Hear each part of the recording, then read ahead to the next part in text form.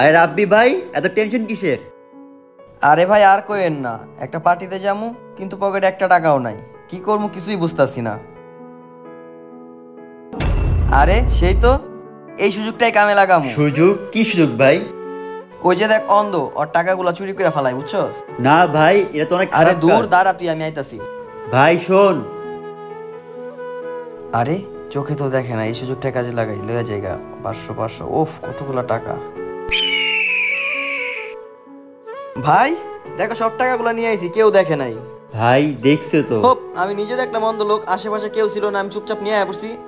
ভাই দেখছে তো, উপরে আল্লাহ দেখছে। আর ভাই কেউ দেখুক আর না দেখুক, উপরে আল্লাহ সবই দেখে।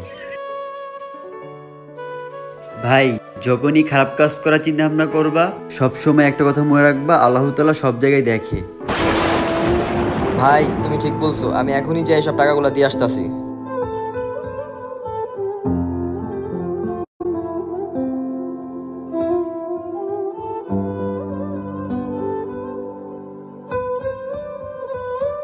ভাই টাকাগুলো দিয়ে আসছি, চলেন। চলো ভাই। ভিডিও ভালো লাগলে অবশ্যই সাবস্ক্রাইব করবেন।